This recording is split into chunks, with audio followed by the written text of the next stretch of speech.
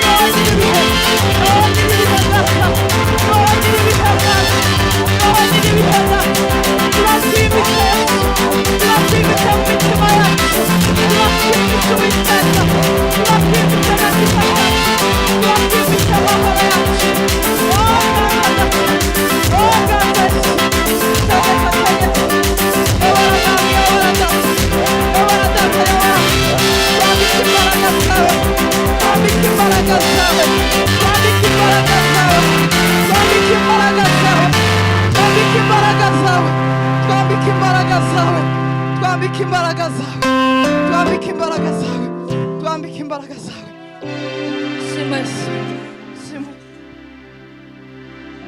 Tuzamura Imana yacu icyubahiro. Reka tuzamura Imana yacu ibiganza turi imbere y'amaso yayo.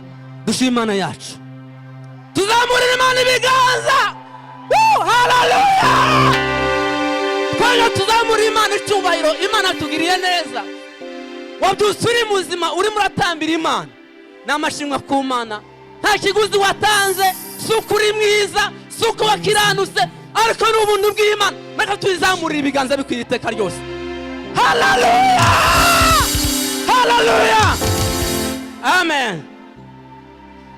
Reka tubwire mushumba atuzamure mu biganza by'Imana dusengere. Twiragize Imana mu gihe cy'umunsi none. Imana imuhe umugisha. Reka twese dufatikanye dushima Imana ko yaduhaye iki gitondo ngo tuze mu nzu yayo. Tuyishimire ko yaturinze, tuyishimire ko yabanye natwe. Ufite impamvu nyinshi zatuma uyishima, zamura amaboko yawe uyishimire, ibwire ngo ndagushimiye. Ibwire ngo ndagushimiye ko ndiho. Zamura umutima wawe imbere y'Imana. Data, mu izina rya Yesu Kristo rifite ubutware n'ubushobozi, turagushimiye iki gitondo cyiza cy'umugisha. Turagushimiye ko wakiduhaye ngo tukishimiremo. Turagushimiye ko waduhaye agakiza. Turagushimiye ko watuzanye mu nzu yawe. Turagushimiye ko wabanye natwe iminsi yose itambutse. Habwa icyubahiro kuko uri Data. Habwa icyubahiro ko watugiriye neza. Iki gitondo imitima yacu inejejwe no kuba mu nzu yawe. Turagushimiye ko twabishoboye. Turagushimiye umwanya mwiza twahoze tukuramya tuguhimbaza. Twavuze mu izina ryawe nirishimwe.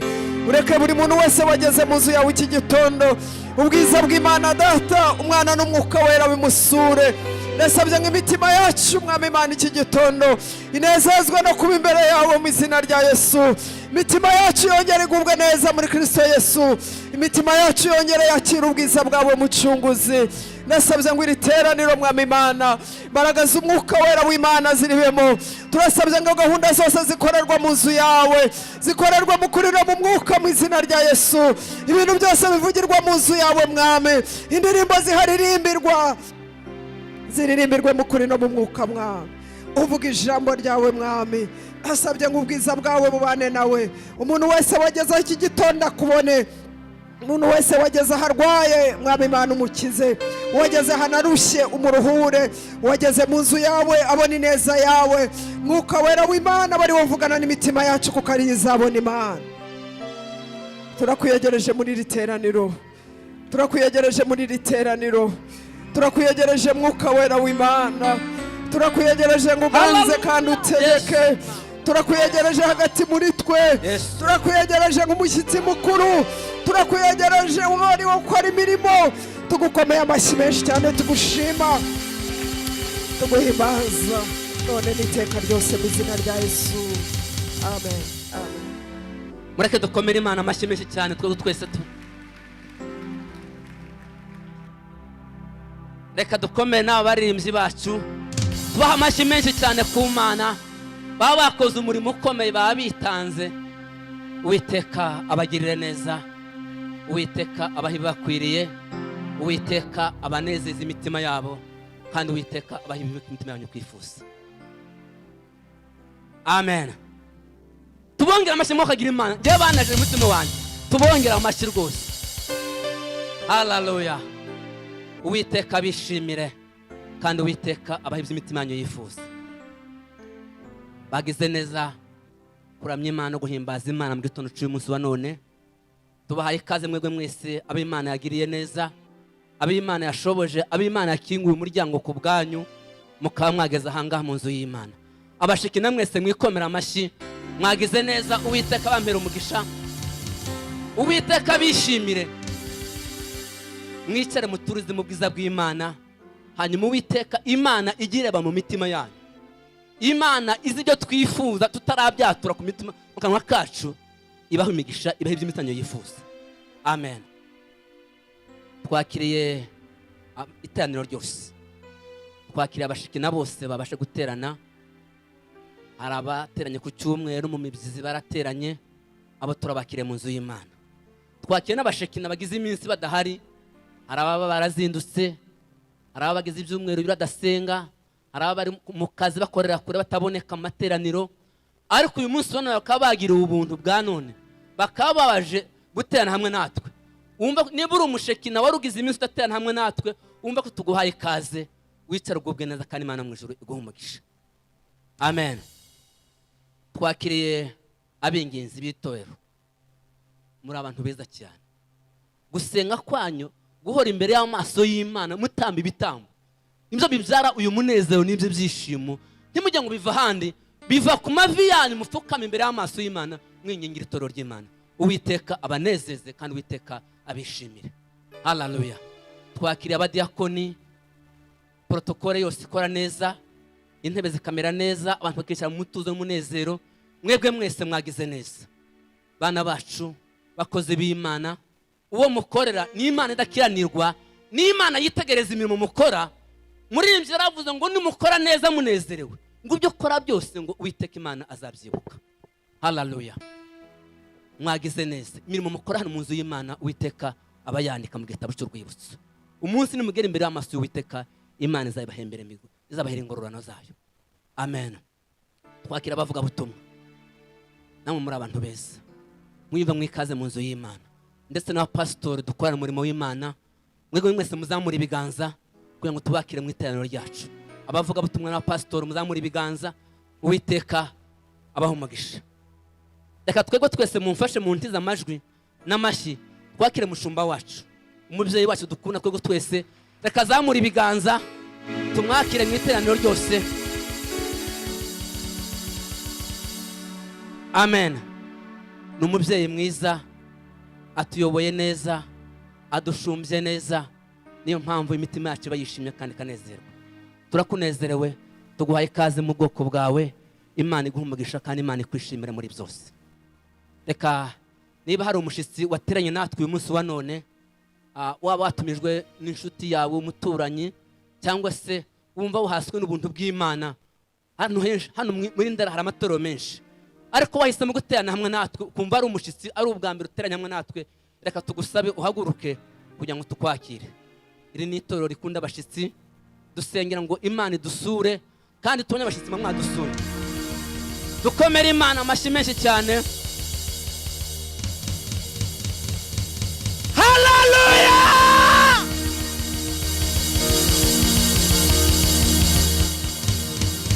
Amen. Bajya mu Kinyarwanda ngugira ngo urugo rwiza ngo ni urugendwa. Rero bashitsi bacu, muri ibyishimo byacu, muri umunezero wacu, mwagize neza kuza guterana hamwe natwe. Ari abatumiwe n'abaturanyi, ari abatumiwe n'inshuti, ari abitumije ubwabo bahatwa n'ubuntu bw'Imana, mwagize neza. Tubahaye ikaze. Aha ni mu itorero ry'umwuka, icyubahiro cy'Imana. Niko tubyanga ngo ni shekina, ngo ni icyubahiro cy'Imana. Rero mwimva mwikaze, turabanezero. Ababegera babasuhuze, babampera ikaze, mwicare mugubwe neza, Uwiteka abishimire. Twakiriye na bene data batabashe kubana hamwe natwe, ariko badukurikiye ku buryo bw'ikoranabuhanga, kubera ko isi yabaye nk'umudugudu. Umuntu aba ari hirya no hino, ari muri Amerika, ari ku mugabane w'Uburayi, ari ku yindi migabane itari Afurika, cyangwa se yasigaye n'ahandi kubera impamvu z'imirimo, ariko akadukurikirana ku buryo bw'ikoranabuhanga. Abo nabo bishimiye kubana hamwe natwe muri ubwo buryo, nabo tubahaye ikaze, biyumve mu ikaze, kandi amateraniro y'uyu munsi nabo banezeze kandi Uwiteka abaha umugisha. Amen. Ubwo twese twamaze kwakirana, rero dufite twungutse andi maboko. Mukomere Imana amashyi menshi. Twungutse andi maboko, twungutse izindi mbaraga z'Imana. Haleluya! Imana ni umukozi w'umuhanga, ntijya ibura uko ibigenza. Bibiri zivuga ngo menyereza umwana akiri muto mu nzira akwiriye kunyuramo, ngo azarinda asaza atarayivamo. Haleluya! Babyeyi bacu, mureke dutoze abana bacu imirimo myiza, gukora neza hakiri kare, tubamenyereza inzira nziza, bazarinda basaza batarayivamo. Amen. Twungutse indi korari nshyashya y'urubyiruko, korari y'abana, tugiye kuyakira.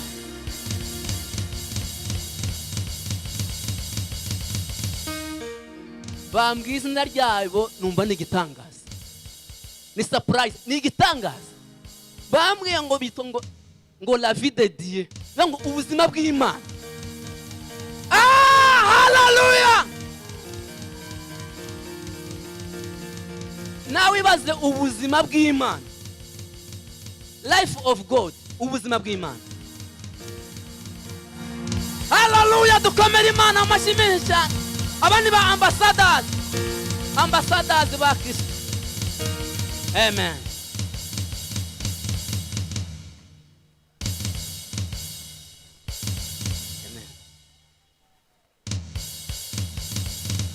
Tugiye kubakira n'abayobozi babo, ariko mumbabarire rwose mureke dukomera abayobozi babo amashi. Dukomera abatoje babano bana, ababatoje indirimbo, ababankadra, ariko muraba kwizerwa. Amen. Mwakoze igikorwa cyiza cyane kandi kinashikirwa. Bana bacu turabanezerewe, tubahaye ikaze, mutwakirire iteraniro ryose. Imana yo mu ijuru ibishimire. Amen. Sashimwe. Kadusome ijambo ry'Imana riri mu gitabo cya Timoteyo wa mbere ibice 4:8. Abafite Bibiliya murambure dusome. Timoteyo wa mbere ibice 4:8. Aravuga ngo kuko kwitoza k'umubiri kugira umumaro kuri bike, naho kubaha Imana kukagira umumaro kuri byose, kuko gufite isezerano ry'ubugingo bwa none n'ubwazaza nabwo. Nakira ijambo ry'Imana.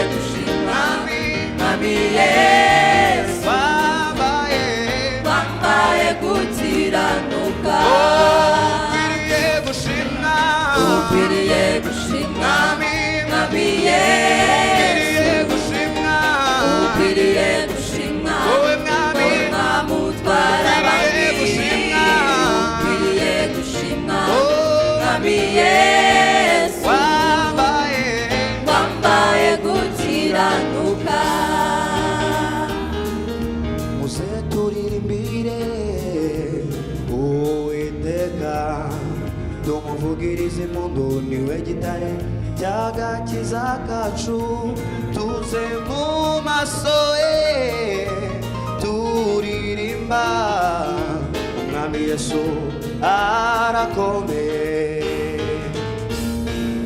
Muze turirimbire Uwiteka, tumuvugirize impundu, niwe gitare cy'agakiza kacu.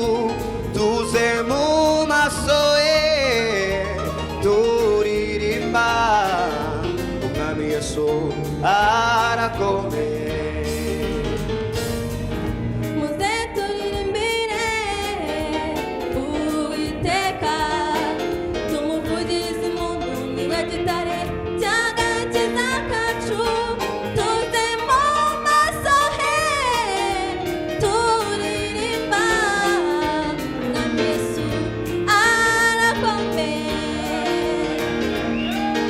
Muze turirimbire Uwiteka, tumuvugirize impundu, niwe gitare cy'agakiza kacu.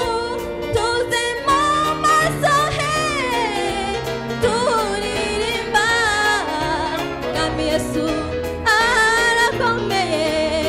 Ukwiriye gushimwa, Ukwiriye gushimwa, Mwami, Mwami ukwiriye Yesu. gushimwa, Ukwiriye gushimwa, Mwami, wowe Mwami utwara abami. ukwiriye, Ukwiriye gushimwa, Mwami Yesu. wambaye, Wambaye gukiranuka.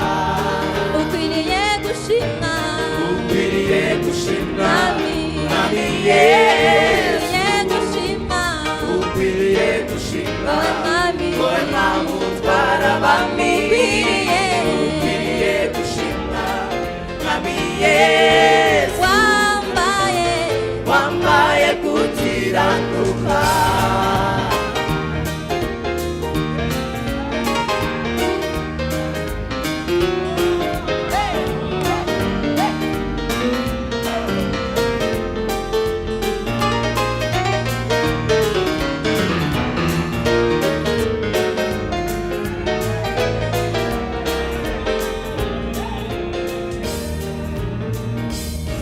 yambukije Isiraheli inyanja itukura, yavuze ubutumwa, yakijije indwara, azura n'abapfuye, ageze i Gologota, aravuga ati byo gucungura umuntu birarangiye. Yambukije Isiraheli inyanja itukura, yavuze ubutumwa, yakijije indwara, azura n'abapfuye, ageze i Gologota, aravuga ati byo gucungura umuntu birarangiye. Yambukije Isiraheli inyanja itukura, yavuze ubutumwa, yakijije indwara, azura n'abapfuye, ageze i Gologota, aravuga ati ibyo gucungura umuntu birarangiye. Yambukije Isiraheli inyanja itukura, yavuze ubutumwa, yakijije indwara, azura n'abapfuye, ageze i Gologota, aravuga ati ibyo gucungura umuntu birarangiye. Ukwiriye gushimwa, Ukwiriye gushimwa, Mwami, Mwami ukwiriye Yesu, gushimwa, ukwiriye gushimwa, wowe Mwami, wowe Mwami utwara abami. Ukwiriye gushimwa, Mwami, Mwami Yesu, wambaye wambaye gukiranuka. gushimwa, Ukwiriye gushimwa, Mwami ukwiriye Yesu, gushimwa, ukwiriye gushimwa, wowe Mwami, wowe Mwami utwara abami. Ukwiriye gushimwa, Mwami, Mwami Yesu, wambaye wambaye gukiranuka. ukwiriye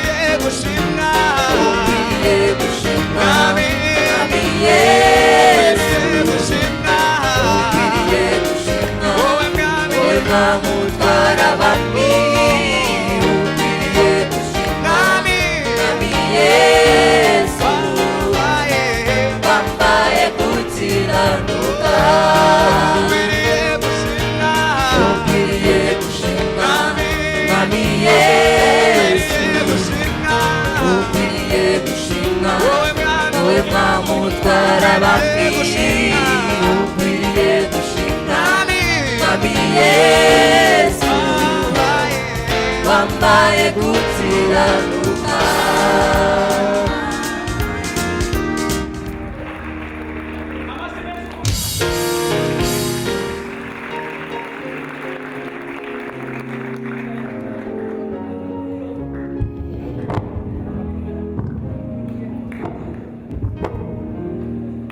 reka tubakomere amashyi menshi cyane. turasoma ijambo ry'Imana sabe umusomyi mwiza haguruke tuba dufatikanye turasoma ijambo riri muri Mariko ubutumwa bwiza bwanditswe na Mariko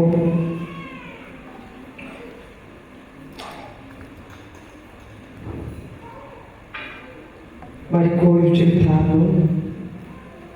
arasoma ahereye ku murongo wabo 24 ageze kuri 34 ariko ibice 5 umurongo wa 24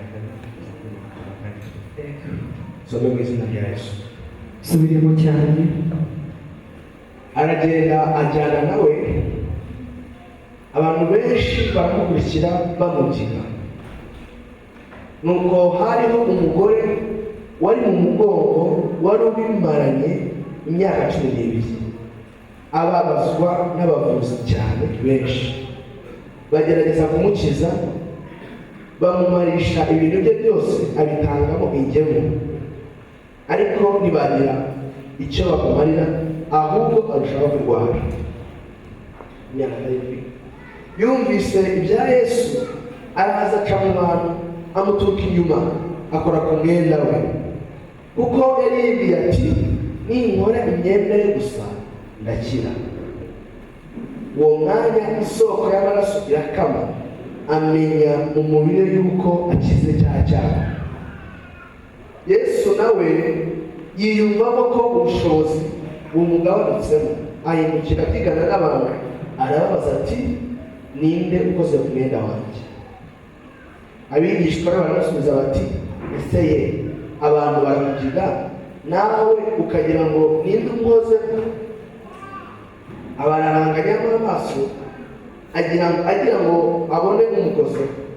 Uwo mugore aratinya ahinda umushyitsi, kuko azi ikimubaye.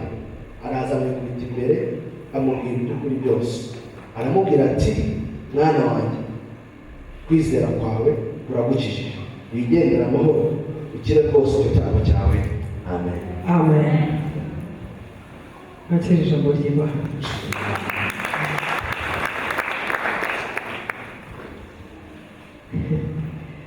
haleluya numvise nk'abantu babiri babivuze bivuze ngo twakire ijambo ry'Imana Haleluya.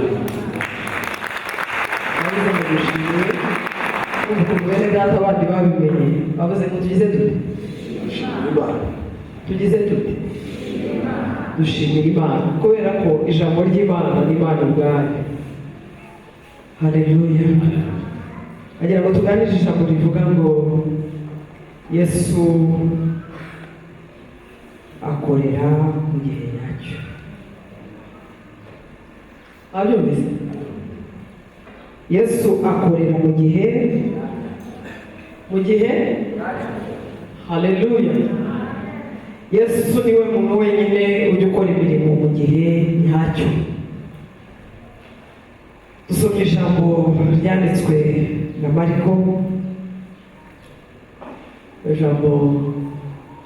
iri jambo ni ry'imirimo ya Yesu yarimo gukora mu butumwa bwiza bwa Mariko. Mariko niwe muntu wabonye Yesu.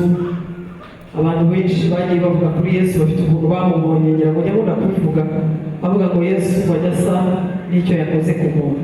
Murabyumva? Ngo umuntu asenze akavuga ngo Imana ikiza, ngo Imana ngo yambika, Imana ihindura amateka, Imana ikuraho igisuzuguriro, nuko yayibonye nyine. Hanyuma uyu Mariko we yagiye kuvuga Yesu, avuga Yesu nk'umuntu yabonye aje umukozi uje gukorera abandi. Haleluya. Haleluya. Amubona nk'umukozi. Niyo mpamvu uzasanga mu butumwa bwe bwose habamo imirimo, habamo ibitangaza Yesu yagendaga akorera abantu, nta biguzi nta bihembo, atababaza ngo ko mugiye mutishyuye, atababwira ngo konsiritasiyo bakoreye nka kashi mubaye, kubera ko Mariko yari yaramubonye nk'umukozi kandi waje gukorera abantu ibyiza. Haleluya. Turashimira Yesu ko yazanywe no kuza kudukorera imirimo myiza, yazanywe no kuza kudukorera imirimo myiza imiryango y'iwacu itari ishoboye, yazanywe no kuza kudukuraho igisuzuguriro amafaranga atajyaga kudufasha. Yesu yaje nk'umukozi uje gukorera isi, araza akora imirimo myiza, ngo abone imirimo myiza agiye kuyirangiza abwira abigishwa ngo yewe sinaje gukora imirimo myiza gusa, nazanywe no gupfa. Haleluya, haleluya. Kugira ngo mwebwe abamenye gusa utazagira ngo ni mwe mwanzanye, naje no gupfa kugira ngo ubwo nzaba maze gupfa hanyuma nkazuka nzagira ubundi buzima nzongera kuzukana. Ababwira misiyo yari imuzanye. Haleluya. Ubu butumwa ijambo rivuga ngo Yesu kubera ko yaje ari umukozi aje gukorera isi, aje gukorera abantu, yari mu rugendo.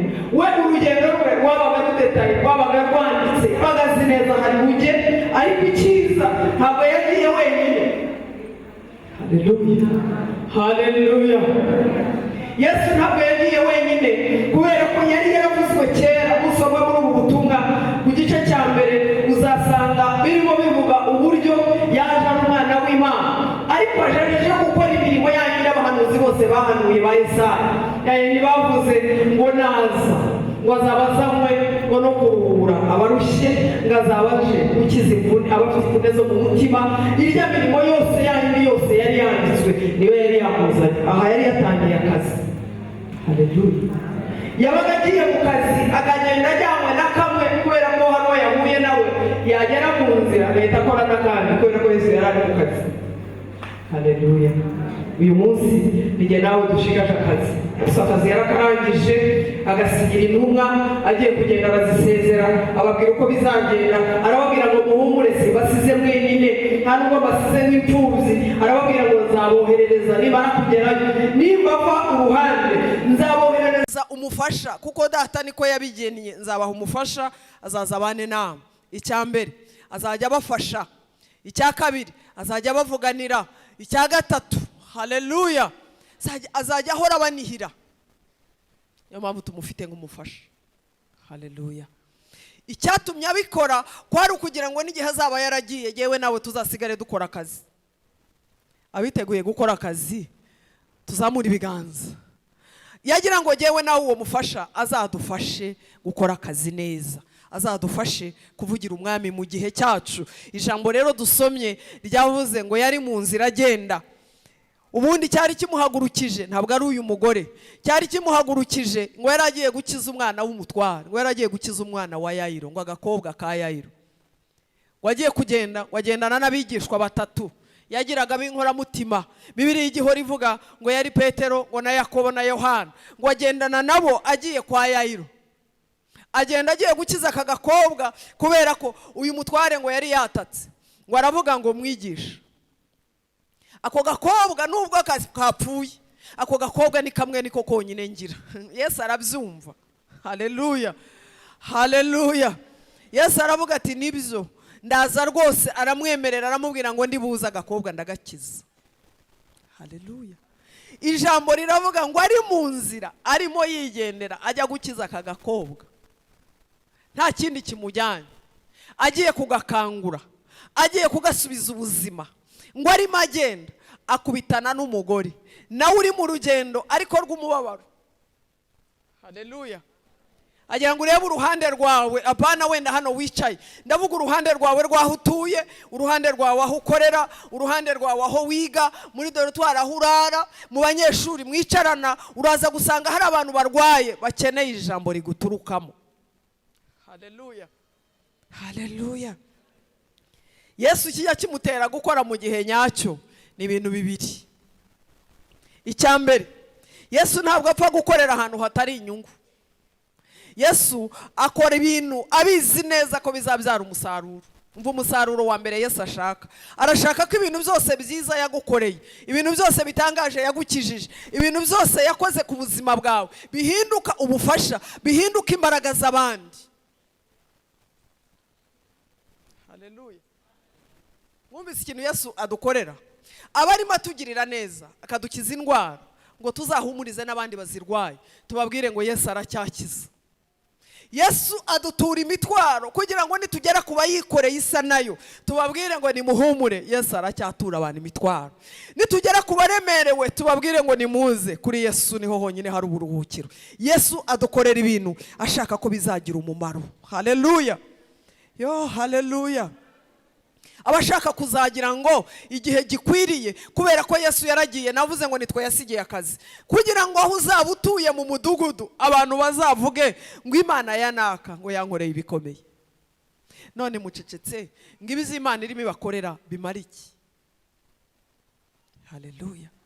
Ikora kimwe ngo mukakibika, igakora icya kabiri ngo itarakorana cya kindi ngo nimo ndabirundanya, nyamara ntabwo tuzi igihe dusigaje. Icyo tuzi nicyo turangije. Ariko Yesu adukorera imirimo kugira ngo natwe tugende tuyikorera abandi.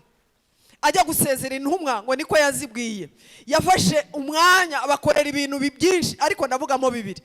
Icya mbere ngo yabogeje ibirenge, cyari ikimenyetso cyo kubabwira ngo mbatunganyirije ibirenge kugira ngo mugende muvuge ubutumwa bwiza. Haleluya, haleluya. Icya kabiri ngo yari arimo ababwira ngo ukumigenje uku nguku umugaragu ataruta shebuja, nkaba nkijijwe bugufi nkaboza ibirenge, muzagenda n'ikimenyetso cyo kuganduka no guca bugufi imbere y'abantu bose muzajya gukorera. Haleluya, tuzamurira Imana icyubahiro. Ngiyo misiyo Kristo yadusigiye, yaduhaye ibimenyetso byose bivuga ngo uyu munsi kuba tutarimo kubikora turimo turica akazi. Bwira umuntu mwegeranye ngo uri muri ica akazi k'umuremyi.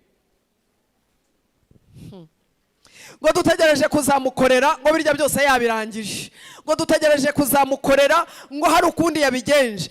Nta kintu kirenze ko yaguhaye ubuzima, nta kintu kirenze ko kurinze, nta kintu kirenze kubyuka bikemera, nta kintu kirenze nubwo ukora akazi kakaba katakunyura, imishahara ikaba itarimo kugukwira, n'ubuzima bwa hano mu isi ni wowe urimo kubigiramo uruhare. Ariko nunyurwa nuko Yesu yakugenje azakomeza kuzana n'ibindi. Abantu ntibashaka kuvuga imirimo y'Imana, ntibashaka kuvuga ibyo Yesu yabakoreye, bahora basaba, bameze nk'abantu bahunika mu mitiba. Ariko nagira ngo mbabwire ngo n'ibintu bihunitswe mu mitiba nibisohorwe bihinduka ibigugu. Abisimba murateka ngo mubone byanze gushya, mukabiteka akaba n'ibindi bakubitaho bikaba birahiye. Ibintu abantu batunze imitiba kera mu byaro bashyiragamo imyaka bagashyiramo iyindi, ariko ikimenyetso cyuko hagiye kwera iyindi basohoraga ya yindi bakabanza bakayirya kugira ngo ya yindi izabona hijya. None abarokore barasabye, barasaba Yesu agakora kamwe, ugasaba ukarangiza ishuri, ugasaba ukabyara, ugasaba kubaka inzu, ugasaba ukabona abana bagiye ku ishuri, ugasaba ugakomeza ukananirwa kwakira imbaraga zibasha guhagurutsa ibimuga kubera ko wabonye ko Yesu ari mu ruhande rwawe. Maze mugakomeza mugasenga ngo Mana ngo uduhe imbaraga, ngo Mana ngo twuzuze imbaraga. Imbaraga yarazitanze kuko imbaraga zitangaje dufite ni Kristo uri muri twe. Haleluya, haleluya. Dawidi niko yaravuze ngo uri imbaraga zanjye, uri igihome kirekire kinkingira. None Kristo uri muri twe, turaho tuhora buri munsi duhora tuganya, ariko Yesu ajya akorera umuntu ibitangaza afite misiyo. Iya mbere niyo kugira ngo uwo muntu agende yamamaza ubutumwa bwiza, agende avuga imirimo myiza yakorewe. Haleluya, yo haleluya. Icya kabiri, Yesu ajya gukora imirimo ye mu gihe cy'umuntu. Ndagira ngo byumvikane neza, Yesu akora mu gihe, agakora mu gihe nyacyo, ariko akorera mu gihe cy'umuntu uri maso uzi neza Kristo uwo ari we. Agajya akorana n'indangare, ako nushaka ugatahana. Umuntu wese urangaye ntabwo Kristo ajya akorana nawe, ajya ategereza umuntu uri neza mu gihe cye, uri neza mu mitekerereze, uri neza mu kumenya imirimo y'Imana, uri neza uzi aho Yesu yamukuye n'aho arimo amujyana, agahora agenda yatura ngo jyewe sinzapfa nzarama. Yaza yamusanga arimo avuga ngo sinzapfa nzarama, akavuga ngo ndakongerera ubuzima, ntabwo upfa urarama kubera kubizi neza ko ari jyewe kuzuka no kubaho. Haleluya. ariko urimo yatura ngo noneho ndapfa, nagira ngo mbatangarize ako kantu. Abarimo sinya kontra urupfu narwo rukavuga ngo none se ko yanyemereye kumutwara ndamusigira iki? Abantu mwatura nabi mubihindure. Ngo nago byashoboka ngo ngewe ndabizi ngo ndabizi ngo iyi ndwara yije iwacu ngo turapfa. Nukomeza kubivuga uraburi murasinya amasezerano n'urupfu ruragutwara.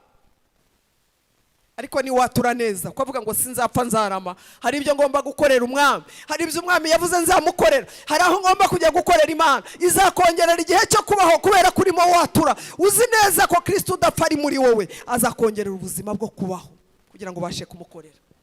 Haleluya. Kristo akora mu gihe nyacyo, ariko agakorana n'umuntu witeguye mu gihe cye. Haleluya. Haleluya. Akorana n'umuntu witeguye mu gihe, vuga ngo mu gihe cyanjye ndi maso. Akamenya umuntu witeguye mu gihe cye, akabona umuntu ubizi neza ko Kristo ashoboye ku buzima bwe, akavuga turiya nanjye ndamukorera. Kuko ijambo twasomye ryavuze ngo yari ari mu rugendo, arimo ajya gukiza umwana wa Yayiro. Hanyuma ngo arimo agenda ngo abantu benshi baramukurikira ngo benshi, ariko umva igitangaza kirimo ngo nubwo bari bamukurikiye hari ikintu barimo bakora, ngo barimo bamubyiga. Ijambo rijya rintangaza. Ndavuga ngo bari bamukurikiye benshi, ariko bagira bati bakora iki? Babigenza bati nagira ngo utekereze neza, niba Yesu wakurikiye urimo neza, utekereza ukangutse mu mitekerereze cyangwa uri mu mubyiga. Yesu akeneye abantu batamubyiga ahubwo bamukoraho. Haleluya. Haleluya. Akeneye abantu batagenda bamubyiga ahubwo bamutekereza ku manywa na nijoro, bagahabwa imbaraga zo kumukoraho kubera ko babyijeje imitima yabo n'imitekerereze yabo. Ngo bamukurikiye ari benshi, ariko ngo barimo bamubyiga bavuga ngo ni wa wundi w'i Nazareti, ni wa wundi wakoze ibitangaza ejo bundi, ni wa wundi wakije baba bembise cyangwa siwe, ni wa wundi uvuka kwa Mariya na Yosefu. Ngo barimo bamubyiga, ariko Yesu ngo yari ari mu kazi. Haleluya. Haleluya. Ijambo ryatubwiye ngo akubitana ngo n'umugore, ngo ageze ngo hakurya ngo arahagarara, ngo atangira kuvuga ubutumwa bwiza. Hanyuma aho hantu yarimo avugira ngo hari umugore ufite icyago. Haleluya. Hari umugore ufite icyago, ariko ijambo rijya rimbwira rikavuga neza uwo mugore nta muntu wamubwirije. Bibiliya iravuga ngo we yumvise amakuru. Abamaze kumva amakuru, abagize iminsi bumva amakuru, uzi ko ari bakeya, n'ukuri ni bake. Abamaze iminsi bumva amakuru ko Yesu agira neza, uzi ko ari bake. Haleluya. Haleluya. Ngo yumva amakuru, amenya ko Yesu ari mu kazi, amenya ko Yesu yaje gukorera abantu neza, amenya ko Yesu wadasaba ibiguzi. Ijambo ry'Imana riravuga ngo uyu mugore ngo abantu bari baramumazeho ubutunzi, ngo yari yarafashe umutungo we ngo akajya awuha abavuzi ngo bamuvure, ariko ijambo rikavuga ngo nta muntu n'umwe wabashije kumufasha, ngo ahubwo yarushijeho kuremba no kumererwa nabi. Haleluya. Nimo navuga ngo Yesu ukora mu gihe nyacyo. Hari igihe abantu babara imyaka, hari igihe abantu babara igihe, hari igihe abantu babara iminsi umaze bakabivuga bakabitindaho, ariko Yesu akora mu gihe nyacyo. N'uyu munsi yaba yaje kugukorera, n'uyu munsi yaba yiteguye kukugirira neza. Ese umutima wawe uramwizeye? Ese umutima wawe wumvise amakuru, cyangwa umutima wawe wigeze kubona n'amaso yawe byabonye ibyo Yesu yakoze ubyizeza umutima? Uyu mugore ngo aviwe aza yamaramaje, aravuga ngo mu mudugudu, kubera ko ijambo ry'Imana riravuga ngo igihe cy'amategeko ya Mose byaravugaga ngo umuntu wese ufite bene iki cyago, umuntu wese umeze nk'uyu mugore ngo ntakajya aho abantu bari. Haleluya. Icya kabiri ngo ntihakagire umukoraho. Mu yandi magambo, uyu mugore nta muntu wamusuhuzaga. Haleluya. Uretse no kumusura ngo bahe icyayi, nta wari ukigera iwe, kubera ko ijambo ryaravugaga ngo umuntu wakoraga ku muntu umeze atyo ngo yabaga ahumanye. Ariko haza Yesu utareba uko abantu bahumanye, utareba ibyo byose, wahindutse igitambo cy'abazima n'abarwayi, aza gusa ari ufite imbaraga zo guhumanura abantu bahumanye. Ntiyabyitaho. Haleluya. Haleluya. Yesu niwe wenyine waje guhumanura ibyo abantu bari baragize ibizira. Araza ngo aza yamaramaje, aza yavuze ngo uyu munsi Yesu namenye ko atajya arobanura ku butoni, namenye ko uhura na Yesu ahindurirwa ubuzima, namenye ko uhuye na Yesu adasigara uko yari ari. Bibiliya iravuga ngo araza ngo aca mu bantu, we ntiyabyiganaga, we yari afite icyerekezo. Aravuga ngo jyewe simbyigana, nzi icy'ingenza, ndabizi ko ubuzima bwanjye buri muri Kristo, niwe kuzuka no kubaho. Aravuga ngo uko bigenda kose nta muntu uciyeho, nta muntu usabye, icyo ndi bukore ndakora ku mwenda gusa. Yo, tuzamurire Yesu ibiganza.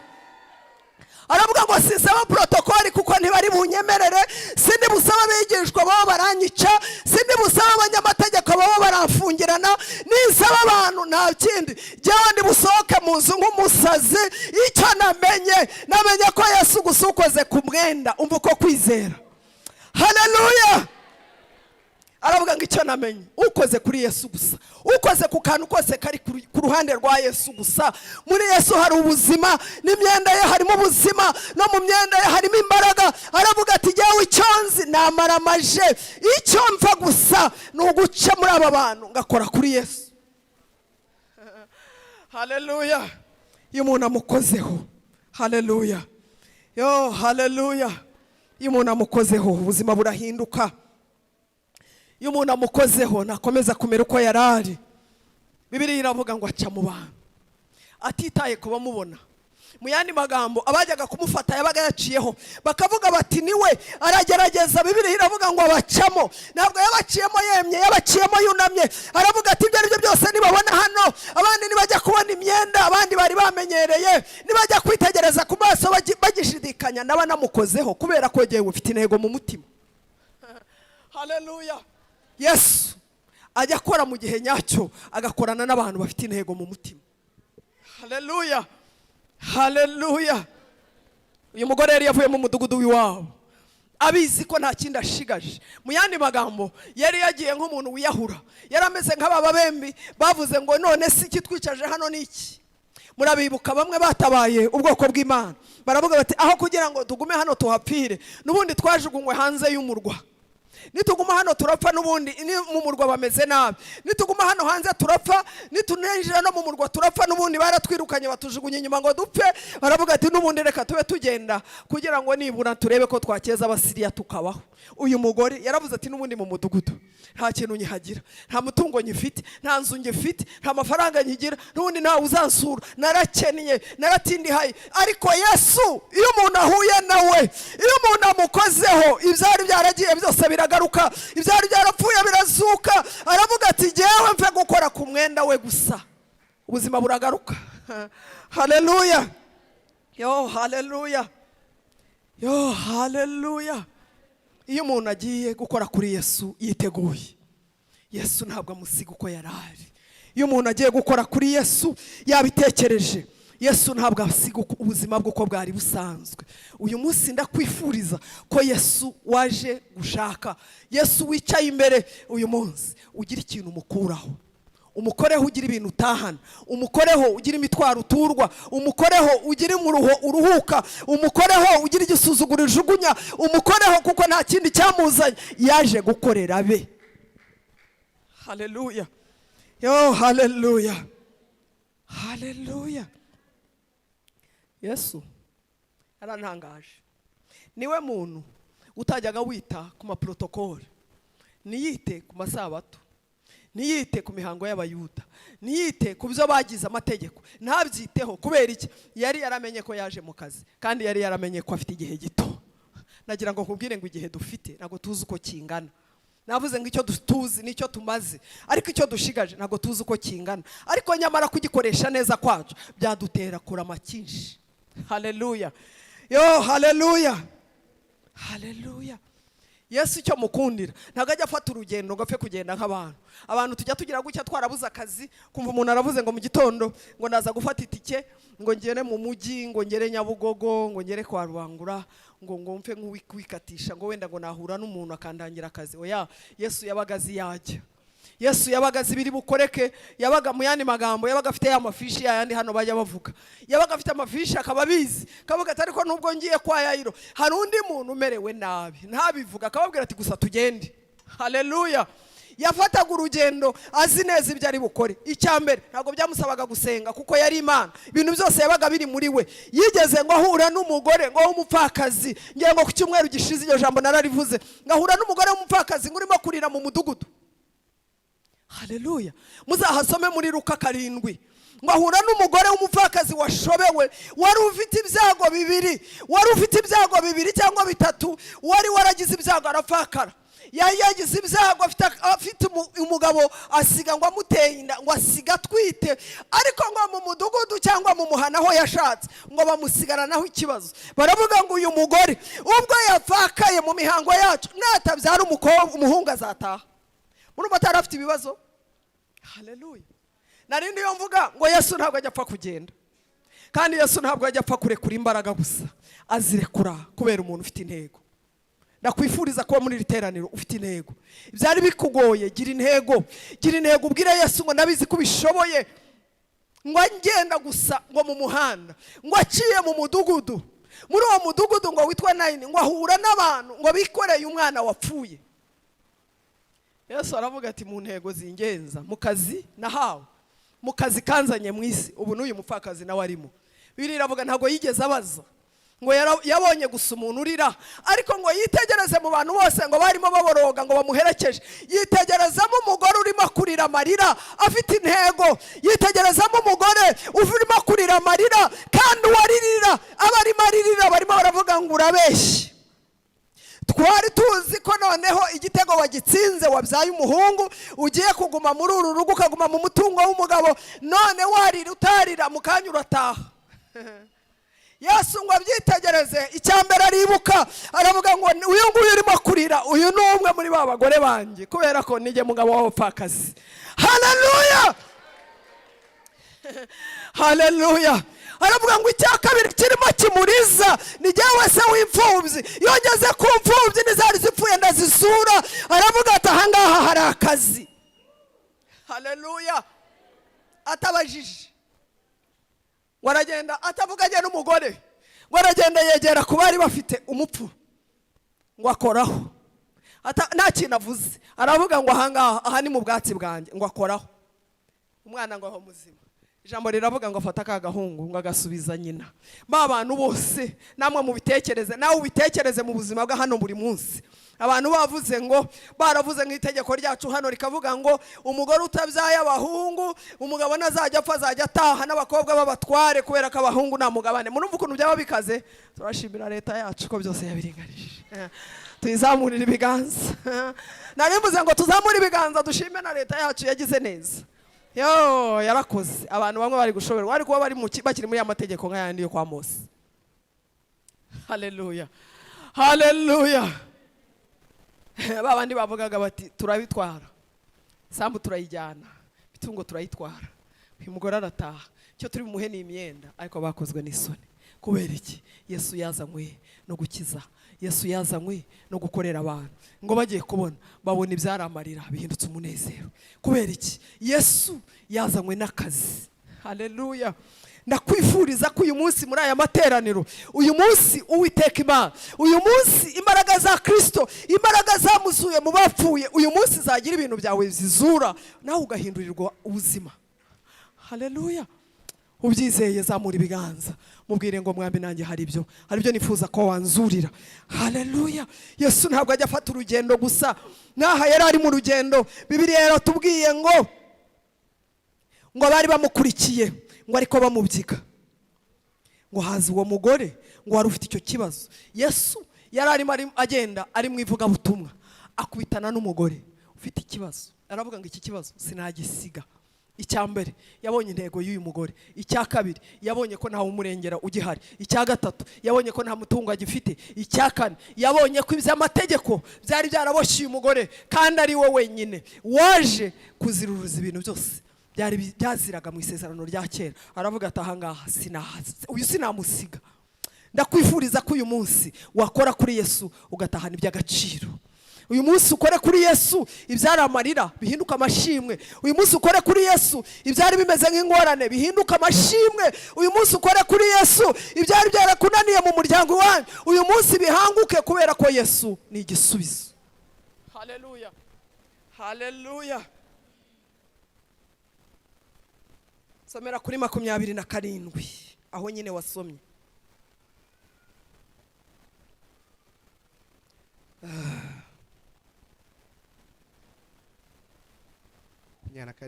Aho ndimo mvuga ngo Yesu ngo akorana n'umuntu warambiwe cyangwa umuntu warushye. Mbivuge gute? Warambiwe situation abamo.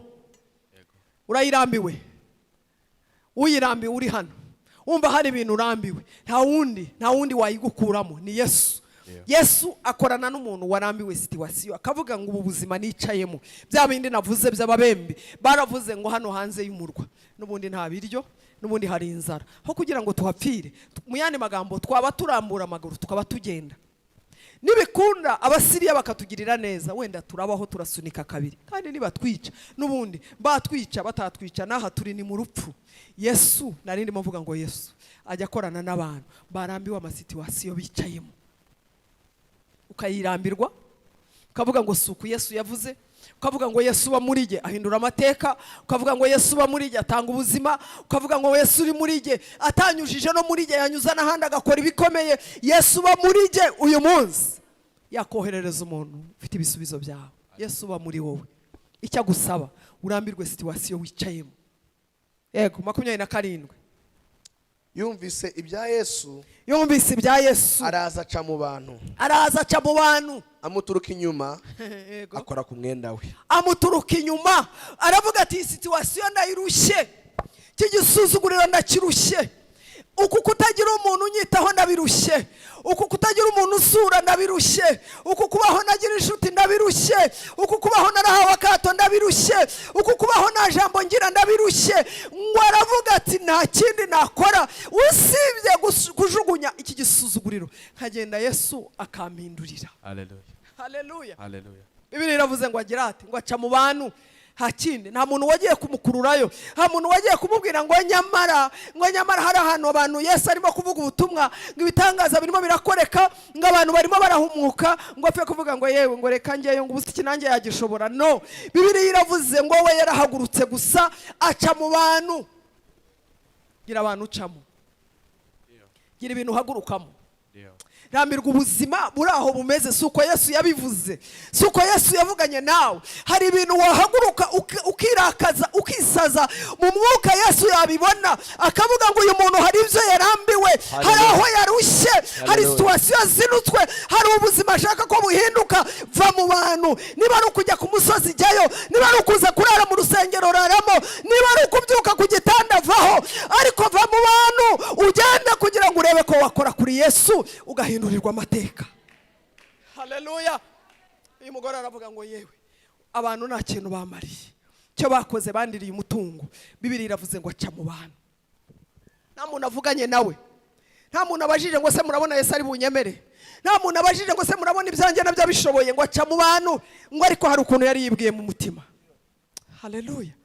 Niki urimo kwibwira mu mutima wawe? Ese ujya wibwira ko Yesu abishoboye, hanyuma ngo nuhaguruka uvuge ngo ngendanye na Yesu. Ibintu byose ikibazo hari aho tujya tugenda tukagenda twenyine. Ibintu byose ugendanye na Yesu ukagendana nawe mu mutima arabibona, ukavuga ngo nubwo ngiye gukora iyi interview hariyo nabandi, ariko jewe ngendanye na Yesu. Ugaca mu bandi, ukagenda ukicara mu bandi, ukabacamo kubera kuri kumwe na Yesu mu mutima wawe. Yesu ajya areba mu mutima akareba intego, ukavuga ngo Yesu nje gukora interview mu kazi, ariko nta wundi niringiye wowe. Ugaca mu bandi ukabona ishimwe kubera ko wagendanye na Yesu. Haleluya. Yarabizi ko muri Yesu harimo imbaraga zikiza. Ijambo riratubwiye ngo aravuga ngo uko bigenda ngo jewe ndajya gukora ku mwenda wa Yesu. Naratangaye, Yesu ngo yarahindukiye, ngo yamaze kumukoraho gusa. Iyo wakoze kuri Yesu, Yesu arabimenya. tumuzamurira amaboko. Iyo umuntu yasenze afite intego Yesu arabimenya. Iyo umuntu yatatse mu by'intego inyeganyeza Yesu arabimenya. Iyo umuntu yasenganye kumenya Yesu arabimenya. Iyo umuntu yasenganye umubabaro ugera ku mwami arabimenya. Iyo umuntu yasenze yaratawe Yesu arabimenya. Iyo umuntu yasenganye umubabaro n'igisuzuguriro Yesu arabimenya. Yesu ngo arabimenya, aravuga ngo muri aba bantu bose ngo hari umuntu unkozeho. Haleluya. Turashimira Yesu ko atabwirwa. Turashimira Yesu ko atabanza kubaza amakuru. Ha muntu yabajije ngo baze ngo Petero waba unebaye umuntu unkozeho, aravuga ngo jewe nabyumvise hari umuntu unkozeho. Haleluya. Yo haleluya. Iyo dukoze kuri Yesu arabimenya. Ufite iyihe ntego? Ese ugiye gusenga ufite iyihe ntego? Aho ni twaba turimo gusenga amasengesho adafite intego. Haleluya. Urimo urasenga ngo agusubize abandi babimenye. Urimo urasenga ngo akugirire neza abanzi bawe bakorwe n'isoni. Oya, senga ubwire data ngo nubwo banyanga, nubwo hari bimagurukiye, ariko jewe ni wowe niringiye. Ngo araza ngo arahindukira, ngo bararanganyamo amaso. Yesu yari yavuze ataba abantu tugendana ntabwo baramenya amakuru, ntibarakamenya ko umuntu ujye nkoraho nkabimenya n'umuntu ufite intego. Bibiliya iravuga ntiyigeze abaza ababigishwa, ntigeze ababwira ngo nimumushakire. Bibiliya iravuga ngo Yesu wenyine ngo bararanganyamo amaso, ngo ashaka kureba umuntu wamukozeho. Ijambo ryavuze ngo wa mugore ngo ahinda umushyitsi. Haleluya, haleluya, haleluya. Yo haleluya. Agira ngo bavuge ibintu bijya bigaragaza abantu bakoze kuri Yesu. Iyo wamukozeho ntabwo uguma uko wari uri, ngo abitegereje gusa. Aravuga ngo abo barimo barambyiga gusa. Bamwe baje kureba ko ntubura imitima, abandi baje kureba ko koko n'umwana w'Imana, abandi baje kuvuga ko nigereranya, abandi mu mutima barimo baravuga ngo ariko nawe yishyiraho, abandi ngaravuga ngo ariko hari umuntu unkozeho. Haleluya. Koma ku muntu mwegeranye umubwire ngo uyu munsi ukore kuri Yesu. Haleluya. Nukora kuri Yesu birya byose wabitse bizahinduka amashimwe. Birya bo byose uhora usengera bizahinduka amashimwe. Ngo abayitegereje ngo wa mugore ngo agira ubwoba. Icyambere cyatumye Yesu abikora ahindukira, yashoboraga no kwigendera umugore agatahana igitangaza, ariko Yesu ngo bararanganyamo amaso. Yari abizi, yarazi umuntu wamukozeho. Ngo wa mugore arabimenya, ngo aravuga ngo uzi ko wamwigisha yabimenye. Ngo araza ngo amwikubita imbere, ngo Yesu ngo amwitegereje. Yesu yashakaga bya jambo natangiriyeho, yashakaga ko abantu bamenya ko muri we harimo imbaraga zikiza. Haleluya. Yagira ngo abandi bamubyigaga mu yandi magambo babone isomo, bareke kumubyiga ahubwo bagira intego. Yashakaga Yesu ntabwo ajya nezezwa no kubona abantu bamubyiga, ahubwo ajya nezezwa no kubona abantu bafite intego. Ufite iyihe ntego? Basa umutima wawe wese no gusenga gusa ugataha, ese no kuza gusa ukaririmba ugataha, no kubwiriza gusa ugataha. Ufite iyihe ntego izatuma Yesu yerekanirwa muri wowe? Haleluya. Yo haleluya. Cyajyaga gituma Imana igenda ikora ibitangaza mu Banyisiraheli. Icyambere ngo kwari ukugira ngo abantu bajye babona Imana biciye muri bo. Hari igihe bishaka ngo Imana yerekanirwe muri wowe. Ese igukoreye ibikomeye ubigenza ute? Haleluya. Yo haleluya. Igukoreye ibikomeye ubigenza ute? Ngo araza mwikubita imbere, ngo Yesu ngo nta kindi yamukoreye.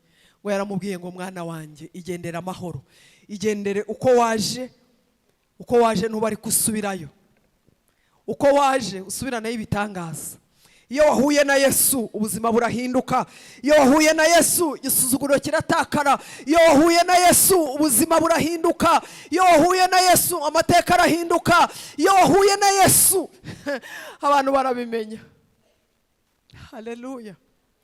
Abantu bahuye na Yesu ubuzima bwarahindutse. Umugore ngo asubira iwabo nta gisuzuguriro gifite, asubira iwabo atahanya amashimwe, agenda avuza induru mu mudugudu, aravuga ngo noneho Yesu binankoreye, noneho Yesu nahuye nawe, noneho uyu munsi ntabwo nzongera kumwumvisha amatwi. Kanyagenda avuga abantu bavuga ngo hari bikomeye, akavuga ati nimuceceke. Habiruta iby'imyaka 12, ab'imyaka 2 bavuga ati nimuceceke. Akiza n'iby'imyaka 12, ab'imyaka 7 bavuga akavuga ati nimuceceke. Jewe yaranyijije 12. Haleluya. iyo Yesu wamukozeho ubuzima burahinduka. Ataha mu mudugudu nta gisuzuguriro afite, ataha mu mudugudu amarira y'ubukene ashize, ataha mu mudugudu abantu bari baramufasheho ijambo, ataha mu mudugudu ba bantu batamushakagaho ubushuti barahindukira baza kumusura. Umwe akaza akavuga tuzi ko nanyuze ahantu, uzi ko nanyuze mu mudugudu runaka bakambwira ibyawe, uzi ko nanyuze ahantu ku iriba bakambwira amakuru yawe. Iyo Yesu yahuye n'umuntu abantu bajya baza kumushaka. Yesu tumukomera amashyi, hajya arobanura ku butoni icyo agushakaho. Haleluya. Hari umuririmbyi wavuze ngo bariyo migisha ngo uyibare yose ngo kandi ntusige n'umwe. Yifuje kuza gusiga iminota mwanya mutoya gusa ngo dufatikanye kuramya Imana. Haleluya. Tuze kuramya Imana yatugiriye neza. Haleluya. Haleluya. Iyo umuntu yahuye na Yesu ntabwo yongera kurira. Iyo umuntu yahuye na Yesu bari baramufashe ijambo barahindura. Muzi ko uyu muntu yahuye na Yesu ntabwo bisaba ngo agenda byamamaza, ahubwo ibitangaza bya Yesu iyo bikorekeye kuri we uzi ko bajya bahindura amagambo bakavuga ngo burya n'umukozi w'Imana, ngo burya ngo akorera Imana. Ntabwo mubyibuka Pawulo igihe yari ari ngo mu rugendo ngo arimo kuvuga ubutumwa ngo yageze ahantu mu mudugudu, muzahasome mu byakozwe n'intumwa 28 kuri 6, ngo arigeze ahantu mu mudugudu ariko yari yahuye n'akaga gakomeye, maze ngo abanyamudugudu ngo barikusanya ngo bavuga amakuru. Uzi ko abantu bajya bavuga amakuru di, ariko Yesu yahagera akavuga ijambo bagahindura amagambo. Tuzamurire data bwiza, tumuzamurira amaboko yo gahora ku ngoma. Bakavuga ngo yararindagiye, bakavuga ngo ibyabamo, ariko Yesu namukunda. Haleluya. Haleluya. Komera ku muntu mwegeranye mubwire ngo ukunde Yesu ni byose. Mubwire ngo kunda Yesu ni byose. Ibyo bikuriza ni bito cyane. Igituma turimo kurira n'ukubera ko tutaramenya ko Yesu dufite ni byose n'ukuri. Ngo baratangira baravuga ngo Pawulo ngo n'ubundi turamuzi n'umwicanyi, ngo n'ubundi ngo yarokotse inyanja, ngo ariko Imana idacurwa kibera. N'ukuri ntabwo bari bazi Yesu uri muri Pawulo. Haleluya. Uzi ko Yesu aba mu muntu abantu bakamubona nk'usanzwe ariko bakabyemezwa n'imirimo n'ibitangaza bya Yesu yakoreye mu muntu. Haleluya. Ngo barahindura, ngo babonye ngo adapfuye akindutse, ngo babonye atabyimbiwe, ngo babonye ngo akasuzuguye, ngo avuze ngo ibi ngo Yesu niwe ufite ubushebwe bwinshi kandi Yesu aba muri ye. Yesu uba muri ye ntabyimba kubera ko muri ye harimo ubushebwe bwa Yesu. Haleluya. Yesu ni we wenyine, ni wa wundi Mose yavuze ngo iyo nzoka. Haleluya. Haleluya. Ngiyo nzoka, izo nzoka bashyize hasi, aravuga ngo nawe iyo yawe ngo yijugunye hasi. Aravuga ati ubushebwe buba muri ye burutiza inzoka. Haleluya. Bibiliya iravuga ngo bahinduye, ngo bamubonye, ngo baravuga ngo nguzi ko adapfuye. Ngo umwe akabwira undi, nguzi ko none hatari Pawulo.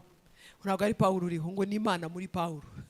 Nawe niyo mpamvu yabyanditse, yaravuze ngo jyewe Pawulo si jyewe uriho, ngo ni Kristo uriho muri iki. Haleluya. Ntagira ngo ubwire ngo Yesu agukorera ibitangaza kugira ngo abe muri wowe. Ikibazo dufite ni imirimo arimo dukorera, hanyuma imirimo dukorera tukayisinzirana. Ariko nagira ngo nkwibutse ngo iyo yakoze agakuraho ibyago bimwe, agakuraho amakuba amwe, hagira ngo nkubwire ngo muri isi dutuyemo hariya yandi, ahubwo icyaruta nuko wavuga ibitangaza yakoze kugira ngo n'ibindi byari bigiye kuza bikumirwe n'ibitangaza. Sinzi ko hari umuntu unyumvise. Haleluya. Haleluya. Nari bivuze ngo kubera ko dutuye mu isi y'akaga, dutuye mu isi irimo ibibazo, itareba imyaka, itareba igihe, itareba igihe usengeye, oya ihora gusa ifite ibibi gusa, ariko ikizagukiza ni ukuvuga imirimo Yesu yakoze. Haleluya. Kabwira abantu ibitangaza yagukoreye, ukamubwira ngo nari imfubyi, Yesu aranguza. Ukamubwira ngo nari indushye, ngo Yesu aranduhura. Ukabwira isi ngo nari indwaye indwara abaganga bavuze ko zidakira, Yesu araza arazinkiza. Nari ifite ibyago byari binzungurutse, Yesu araza arabinaniza. Ukabwira abantu, Yesu akavuga ngo uriya ni igikoresho cyanjye, nakomeza kumurinda. Haleluya. Niyo mpamvu ibi bintu byose yakoze icyatumye byandikwa ko ari ukugira ngo jyewe nawe uyu munsi nitubyumva twizere ko Yesu wakoraga cya gihe n'uyu munsi agikora. Haleluya. Haleluya. narimo mvuga ngo abantu bose bahuye na Yesu ntabwo basigaye uko bari bari, kubera ko muri Yesu harimo imbaraga zihindura ubuzima. Haleluya. Icyambere kigaragaza ko muri Yesu hari imbaraga zihindura ubuzima, abantu bose yahuraga nabo agasanga badafite ubuzima, agasanga batariho, agasanga baraciriwe urwo gupfa, bose ngo ikintu yabanzaga kubakorera gituma agaragara ko ari Yesu, icyambere ngo yabagiriraga imbabazi. Haleluya. Mu mbabazi habamo ijambo rirenze za mbabazi tujya tuvuga z'ibyaha. Mu mbabazi harimo ubuzima, mu mbabazi harimo ngongera ubeho, mu mbabazi harimo kuzuka, mu mbabazi harimo kongera gutera imbere, mu mbabazi harimo kongera kuba umuntu, mu mbabazi harimo gukurwa aho wari umenyerewe, mu mbabazi. Haleluya. Haleluya. Yahuye n'uyu mugore aravuga ati yo, mbega umuntu wababaye, mbega umuntu wamariweho imitungo, mbega umuntu mu mudugudu utagira umwitaho, mbega umuntu utagira umuntu umusura, ngo Yesu ngo amwitegereze nkamugirira imbabazi zirenze, amugirira imbabazi ashingiye ko nta muntu n'umwe ukimugirira imbabazi. Haleluya. Haleluya. Amugirira imbabazi z'ubuzima, amugirira imbabazi z'ibyaha, amugirira imbabazi. Haleluya. Haleluya. Iyo umuntu yakoze kuri Yesu ntabwo akira indwara gusa, akira n'ibyaha, akira n'imiruho, aturwa imitwaro. Ikintu cya mbere cyo kigaragaza umuntu wahuye na Yesu ngo ajya amugirira imbabazi. Haleluya. Haleluya. Ntitwavuze ngo uyu mugore ngo yabaga mu mudugudu nta muntu umwitayeho, nta muntu umucira akarurutega. Yesu yahuye n'umuntu wamugirira imbabazi. Ariko umva, ndashaka ngo iri jambo uritahane, naho naba navuze byinshi ntubiyumve, ariko uritahane. Ikintu kiye gitera Yesu kugirira umuntu imbabazi ni igihe umuntu yafashe umwanzuro. Haleluya. Haleluya. Nari mvuze ngo ni igihe umuntu ku buzima bwe yafashe umwanzuro. Muri iki gitabo twasomye ku 10 hajya havuga umugabo ngo yahoraga ku muhanda, ngo yahoraga asabiriza, ariko umunsi umwe ngo yumvise kimwe n'uyu mugore, ngo yumvise Yesu arimo anyuraho, yumvise gusa kubera ko atabonaga, yumvise abantu barimo bavuza induru, abantu bavuga ibitangaza, ngo arataka. Ufite iyihe ntego? Haleluya. Arataka, ngo arataka n'ijwi, ararangurura, avuza induru, aravuga ngo iki gisuzuguriro mbaho nta wundi muntu wakinkiza, nta wundi muntu wangirira imbabazi. Ngo arataka. Uzahasome 46. Ngo arataka. Haleluya. Uzi ko hari amajwi abantu bajya bataka bigatuma Imana mu ijuru itiyumanganya. Ba bantu babimenye neza. Navuze ngo Yesu ngakora mu gihe nyacyo, ariko akorana n'abantu bisobanukiwe, akorana n'abantu barambiwe amasituwasiyo barimo, akorana n'abantu barambiwe ubuzima, akorana n'abantu bikebutse bakavuga ngo suku byagombye kumera, ngo Barutimayo arataka. Haleluya. Haleluya. Ariko umva ijambo yatatsemo, ngo yaravuze ngo Yesu mwene Dawidi ngo mbabarira. Yesu ngo abyumve aravuga ngo uyu sinamucaho, ndamugirira imbabazi. Haleluya. Kubera ko muri misiyo yari yaramuzanye, yari yaraje kugirira neza abantu, aravuga ngo uyu sinamwirengagiza, waravuga ngo ndamugirira imbabazi. Haleluya. Haleluya. Hagira ngo ubwire ngo nutaka utake mu by'ukuri, nutaka utake gutaka kuri butume Yesu akwitegereza, akabona utarimo uramubyiga, akabona umukeneye. Waravuga ngo Yesu mwene Dawidi ungirira imbabazi. Ngo Yesu arabyumva. Iryo jwi ntabwo yaryumvisize nk'urusaku, kuko ijambo riravuga ngo abandi baramubwiye ngo ceceka, wisakuza, wivuga cyane, urimo gutesha abantu umutwe. Arataka, ariko Yesu ntabwo yumvise ijambo mu rusaku. Yesu yaryumviye mu mutima. Yesu yumvise umuntu urimo kuvuga muri misiyo yamuzanye. Yesu yabyumviye mu muntu urimo kumuha akazi kugira ngo akore ibyamuzanye, abyumvira mu muntu urambiwe situwasiyo, aravuga ngo uyu muntu urimo gutaka simusiga.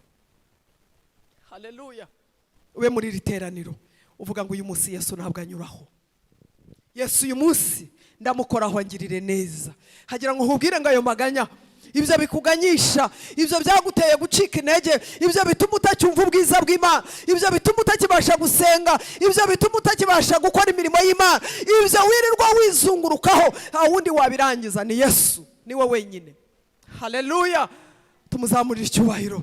Niwe wenyine uzi kubyumva, uhora buri munsi. Uyu munsi wamukunze, ejo wabitaye, hagira ngo nkubwire ngo isi, muri misiyo y'isi ni ukubabaza abantu, ariko muri misiyo ya Yesu ni ukubagirira neza.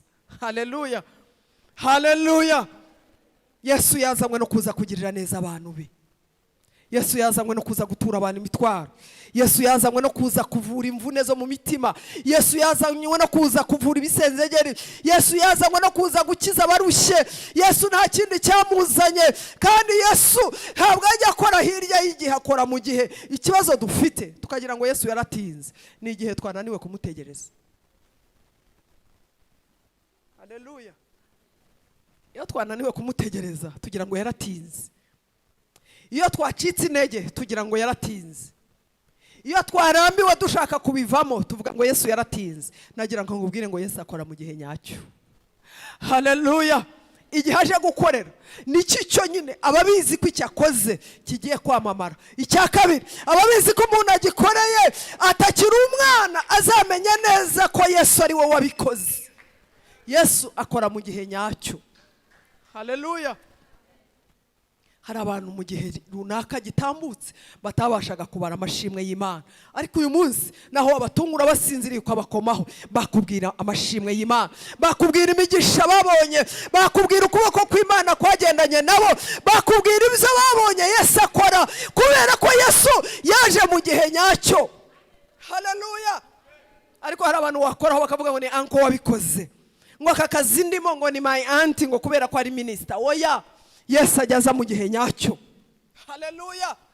Byakuyobeye ariko urimo kumubwira ngo ni wowe wenyine, ni wowe wenyine wangura muri iyi situation, akavuga ngo aho ngaho ndaza, kubera ko wabimenye. Nta bindi byishingikirizo. Ijambo twasomye ryavuze ngo uyu mugore nta bintu na bimwe yaragisigaje. Haleluya, haleluya. Aza kwikubita imbere ya Yesu, aravuga ngo niba wowe wanyanyikira, wananyihera n'ubugingo rata, ngo Yesu aravuga ngo ugendera amahoro. Haleluya. Yesu arashaka abantu bataka mu gihe nyacyo.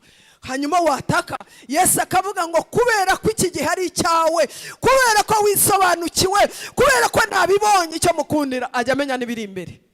Akamenya ko nakugirira neza uzabivuga, akamenya ko nagutabara uzabikirisha abana, akamenya ko nakurengera utazamuvaho, akamenya nubwo uri muhiga imihigo, akamenya ko nagutabara atazongera kukubona, akamenya ko nagutabara uzagumana nawe. Byose arabizi. Haleluya, haleluya. Baritumaye ngo arataka, ngaravuga ngo icyo mwisabiye mbabarira. Haleluya. Mbabarira, muri mbabarira hari harimo amagambo menshi. Mbabarira iki gisuzuguriro kirandembeje, mbabarira ubu buhumyi ndaburushye, mbabarira kugutabwa ndabirushye. Arataka, ngo ataka mu by'ukuri, ngo Yesu yumva umuntu watakanye intego. Aravuga ngo nanjye sinakwirengagiza, ndakugirira neza. Haleluya. Yo, haleluya, haleluya. Yesu niwe wenyine ugira imbaraga zo kudukiza ibyo abantu bananiwe. Yesu uramufite.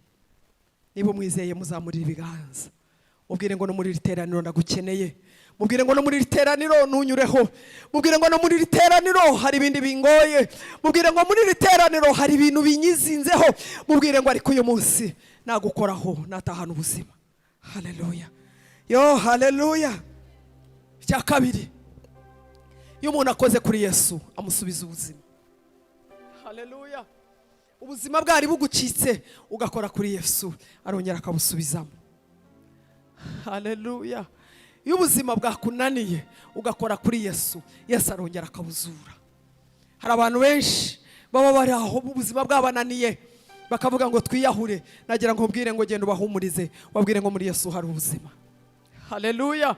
Muri Yesu hari imibereho, muri Yesu harimo ubuzima, muri Yesu harimo kuzuka, muri Yesu hari amahoro, muri Yesu hari ubuzima. Haleluya, haleluya. Hari ubuzima, hari ubuzima bwa bundi isi itarimo gutanga. Umuntu akababara akagera aho yumva yifuje gupfa, ariko nagira ngo mbwire ngo muri Yesu hari ubuzima. Haleluya. siko yageze kuri Marita akamusubiza. Marita arimo mubwira ngo ndabizi rega, ngo ndabiziga musaza wanjye azazuka kuri wa munsi w'umuzuko. Yesu aravuga ati ceceka Marita, ibintu uvuga ntabwo ubizi, ni jyewe kuzuka n'ubugingo. Aramubwira ngo yewe umuntu wese unyizera apfa kuba gusa naho yaba yarapfuye. Mu yandi magambo, unyizera wakiriho, wowe ni umukandida wo kuva ku rwego ajya mu rundi rwego, ariko noneho niyo yaba yarapfuye yakongera akabaho, kuko muri jyewe ngendana ubuzima, ngendana kuzuka, ngendana no kubaho. Haleluya. Haravuga ngo umuntu wese naho yaba yaranyizeye, ngo agapfa nyizeye, iyo mageze arongera agasubizwa ubuzima. Haleluya. Turamushimira Yesu. Haleluya. Yahuye n'umuntu ubuzima bwari bugiye gutakara, arabumusubiza. Turamushimira ko agira ubuzima muri we, turamushimira ko ari muri twe. Kuba ari muri twe niyo mpamvu tudapfa, niyo mpamvu duhorana ubyiringiro. Haleluya. Yo, haleluya. Agira ngo soze, agira ngo soreze kuri aya magambo, agira ngo ngubwire ngo Yesu niwe wenyine. Merci. Somera ijambo riba muri Yobu ibice 42, nsomere none uhere kuri 7 ngeze ku murongo waho wa 8. Mbone kuvugira ijambo narigiye kuvuga. Uwo ibice 42 7 ngeze ku 8. Nuko Uwiteka amaze kubwira Yobu ayo magambo, Uwiteka abwira Elifazi w'umutemani ati uburakari bwanjye burakubyukiye wowe na bagenzi bawe babiri, kuko mutavuze ibyanjye bitunganye nk'uko umugaragu wanjye Yobu yagenje. Nuko rero mwishakire ibimasa 7 n'amafizi y'intama 7, maze musange umugaragu wanjye Yobu mwitambira igitambo cyoswa, kandi umugaragu wanjye Yobu azabasabira kuko ari we nemera, kugira ngo ntabagenzereza nk'uko ubupfapfa bwanyu buri. Komeza. Kuko mutavuze ibyanjye bitunganye nk'uko umugaragu wanjye Yobu yagenje. Amen. Komeza gato. 9. Nuko Elifazi w'umutemani na Birudadi w'umushuhi na Zofari w'umunamati baragenda bagenza uko Uwiteka yabategetse, maze Uwiteka yemerera Yobu. Amen. Haleluya. Ndarimo nkubwira ngo niba urimo gusengana intego, amasengesho yawe azahinyuza ibintu byose byagufasheho ijambo. Haleluya. Haleluya. Haleluya. Kubera ko uyu Yesu tuvuga niwe wenyine ugira imbaraga zihinyuza ibintu byose byagufasheho ijambo. Haleluya. Subiremo. Uyu Yesu ndimo mbabwira agira imbaraga zihinyuza ibintu byose byagufasheho ijambo.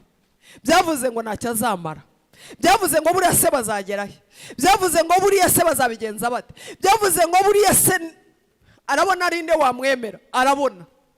Yesu ni umukozi w'umuhanga, yarantangaje. Niwe muntu ujya umenya akamenya n'ibyo abantu batekereje. Ariko Yesu mumfashe mu munkomerera amashyi.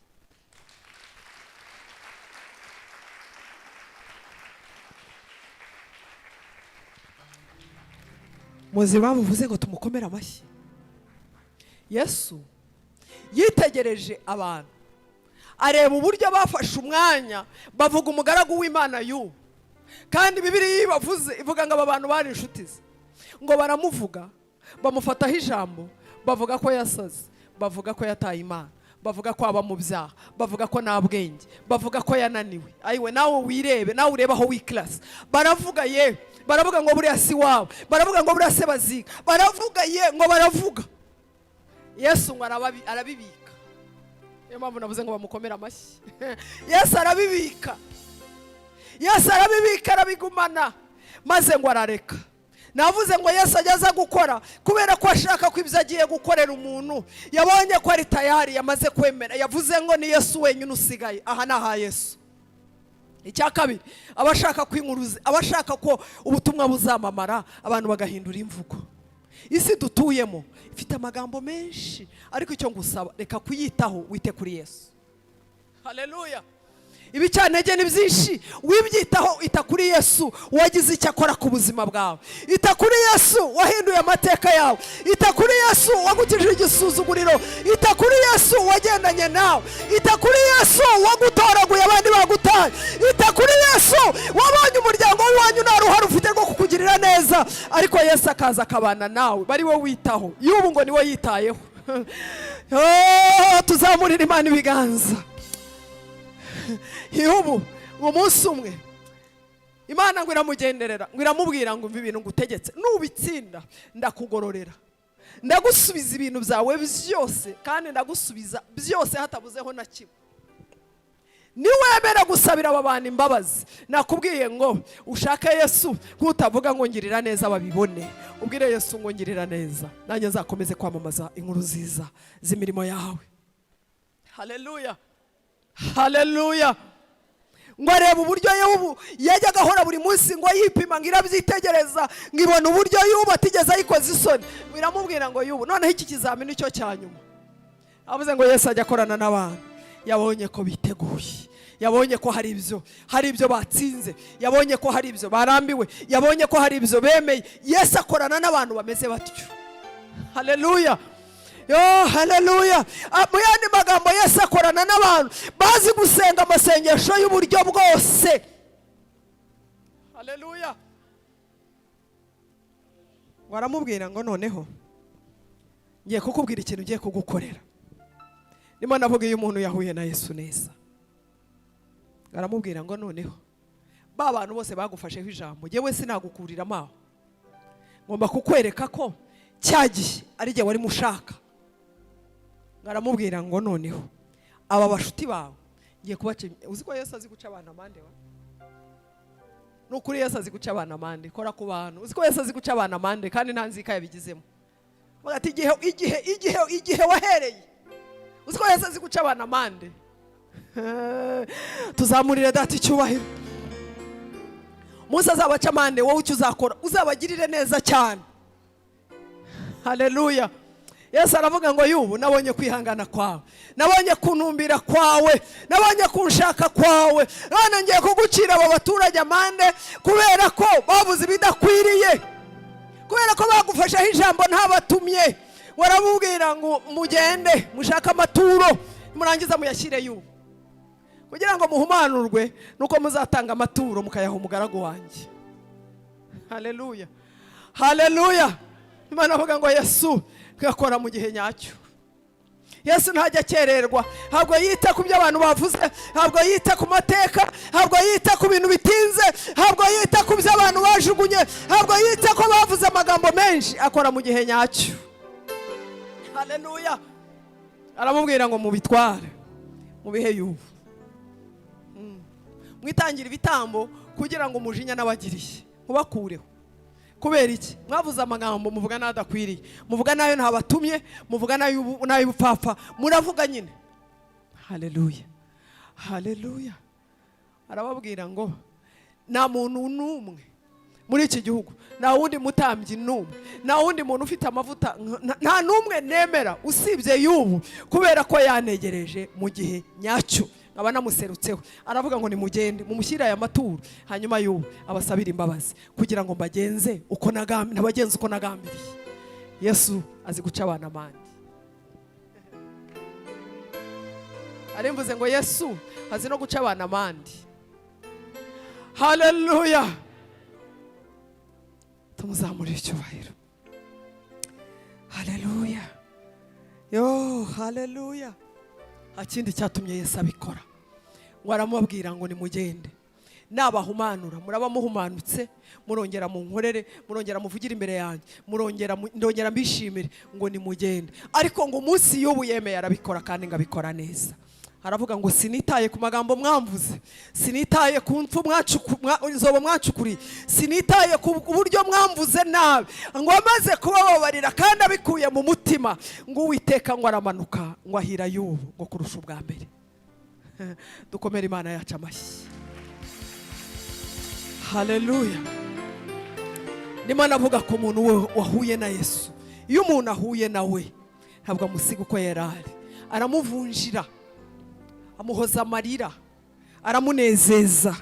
Yo haleluya, haleluya. Aramunezeza kubera ko muri misiyo yazanye Yesu. Yazanywe no gukiza abantu, yazanywe no guhindurira abantu ubuzima, yazanywe no kubasubiza ubuzima, yazanywe no kubagirira imbabazi, yazanywe no kubakiza imibabaro. Haleluya, haleluya, haleluya. Icyanyuma amubyazanye Yesu, yazanywe no gukiza abantu ibikomere byo mu mutima. Haleluya. Iyo uhuye na Yesu, ibikomere byose wari ufite, ibyo watewe n'amateka, ibyo watewe n'abantu, ibyo watewe n'isi, ibyo watewe n'abaturanyi, ibyo watewe n'imiryango, ibyo watewe n'itorero, ibyo watewe n'abo wahuye nabo, iyo uhuye na Yesu, ibikomere byose wari ufite mu mutima byose Yesu agira imbaraga zo kubyomora. Haleluya, haleluya. Ajya abyomora, ntajya asiga na kimwe. Ajya abyomora, umuntu akaba wo gushima. Ajya abyomora. Umunsi ngo yahuye n'umuntu wari utinze w'imyaka 38, ngo yamumaze ibikomere byo mu mutima. Abantu bamubaza ngo uyu muntu ugukijije ngo nibiki yakoze, akavuga ati nimumbaze ibintu byinshi. Wanyijije, wanyijije, yanyijije nta kintu nciye, habiguzi yansabye, none mwebwe murimo murambaza ngo wanyijije. Hamwe ati ntabwo yitaye ku masabato, hano ubwo yitaye ku mihango yanyu, hano ubwo yitaye ku byo mwagambiriye. Yanyijije gusa. Niki se mwabikoraho? Aravuga ati yanyijije gusa. Yesu yahuye n'umuntu, habwa musiga uko yarari. Turamushimira ko ajya akora mu gihe nyacyo. Abantu baravuze, ibintu byarakomeye, umuntu yarishwe n'agahinda, umuntu yaragize ibikomere, abantu bavuga ngo nta cyamunyuramo, ariko yahura na Yesu. Yesu niyite ku myaka bimaze, niyite ku gihe bimaze, Yesu akaza akabyomora, akamuhindura mushya. Agira ngo soze nkubwira ngo akindi cyazanye Yesu. Haleluya, yo haleluya, yo haleluya. Hagira ngo soze nkubwira ngo nta kindi cyazanywe Yesu. Yazanywe no kuza gukiza abantu, yazanywe no kuza kubabarira isi, yazanywe no kuza gusubiza abantu ubuzima, yazanywe no kuza kumara abantu imibabaro, yazanywe no kuza gukiza abantu ibikomere. Naho byaba ari iby'imyaka ingana iki, Yesu arabishoboye. Iyo abigezemo atuma umuntu ahinduka uwo kwifuzwa. Bakira ijambo ry'Imana. Aragira ngo dufatikanye turirimbane indirimbo ivuga ngo duhumure, ngo dufite Imana ikomeye, itajibasha kwirengagiza, itajibasha gusiga abantu bayo. Nari mvuze ngo mwakire ijambo ry'Imana. Yesu iyo umuntu amukozeho, ubuzima burahinduka. Abamukozeho bose, niyo mpamvu banditse muri iyi Bibiliya, gukora kuri Yesu no kumumenyesha umutima wawe. Ntabwo utinya ibihe, ntabwo utinya ibigutinzeho, ntabwo utinya ibyo abantu bavuze, ariko ikibazo dufite nuko birimo kudutindaho, birimo kudutinza hasi. Ubyiyambure, uhaguruke, uhaguruke nk'umuntu ugiye gushaka Yesu. Kandi uyu munsi utahe wamukozeho, uyu munsi utahe wamukozeho, uyu munsi utahe wamubonye, uyu munsi utahe ubonye ubundi buzima.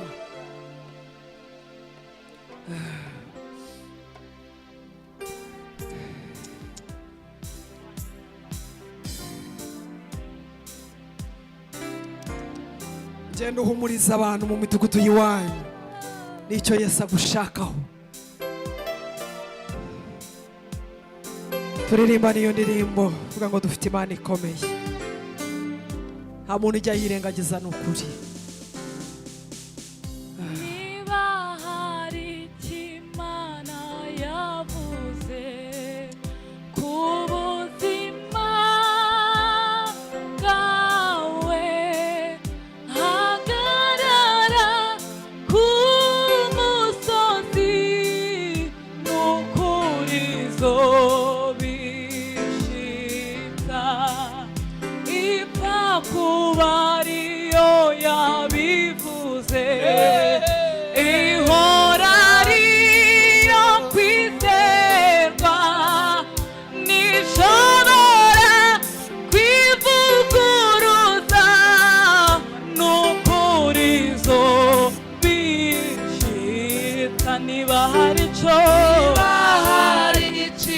niba uri hano hari icyo Imana yavuganye nawe ubuzima bwawe hagarara ku musozi n'ukuri zorishiza niba hari icyo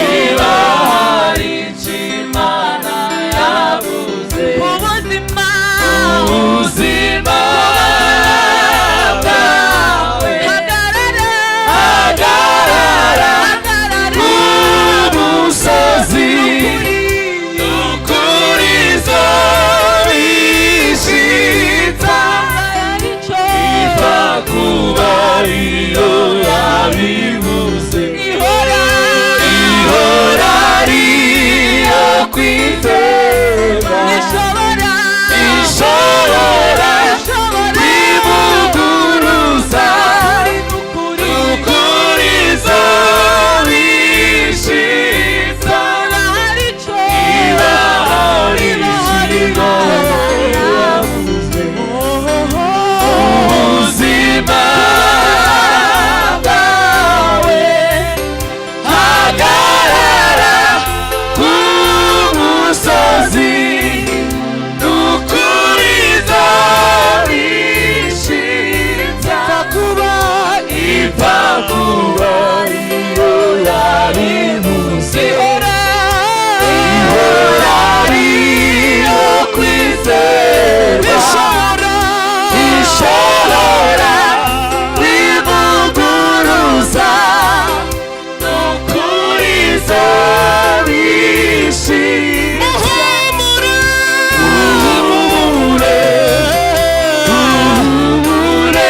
dufite imari ikomeye idashobora kwirengagiza amarira yawe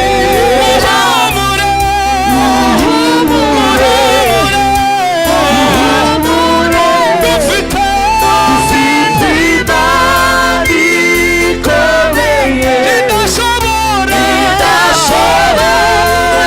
kwirengagiza amarira yawe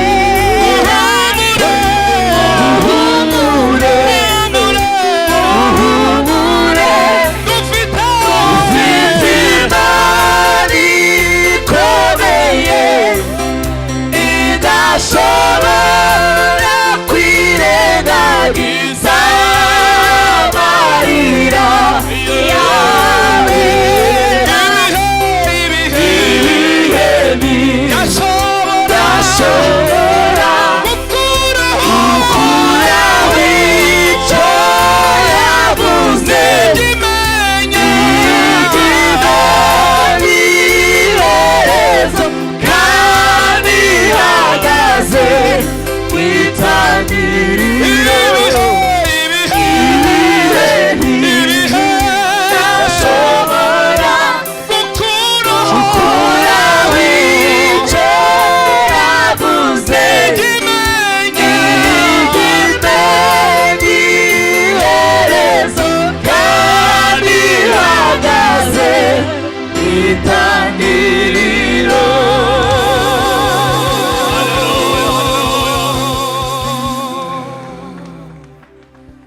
tugihagaze se haba harimo umuntu tarakira Yesu nk'umwami n'umucunguzi we hanyuma ngo uyu munsi rwose ngufashe gusinya iyi kontra kugira ngo Yesu numutakira akumve ubaye uhari rwose uzamura ikiganza gufashe gusenga ubaye uhari uyu munsi wiyakirire Yesu nk'umwami n'umucunguzi wawe uzamura ikiganza rwose dufatikanye gusenga Bana ishimwe ko twese twakijijwe reka twese duhagaze dufatikanye akanya gato iminota 10 nyine nari nayibitse nayibonye hanyuma turamye Imana turangiza dusenge ndagira ngo muri uko kuramya Imana utekereze igihe umaranye n'iyi Mana, wibwire ngo mwana simve muri iri teraniro nakubonye, sinze kuva muri iri teraniro nakubonye. Ego ubwire Imana ngo sinze kuva muri iri teraniro nakubonye, wibwire ngo uyu munsi sinze kuva muri iri teraniro nakubonye. Ego abantu bifuza rwose kwakira uwo mwami batambuke hano baze dusengana Imana. Ushobora kuba nawe muri iyi minsi hari ibintu byari bikunaniye, wumvaga nyine ucitse intege ugiye kubivamo, agira ngo ubwire ngo haracyari ibyiringiro, wigire hano dusengana Imana. Iyo bahari rwose batambuke baze dusengana Imana. Imana iracyakora, iracyabishoboye, ataracyabishoboye. Yesu ni umukozi w'umuhanga. Sabe bigire hano hafi, yewe wenyine ugira imbaraga zo gukiza abahuye nawe bose, bahinduriwe ubuzima. Nta soni bikoza, bigire hano hafi.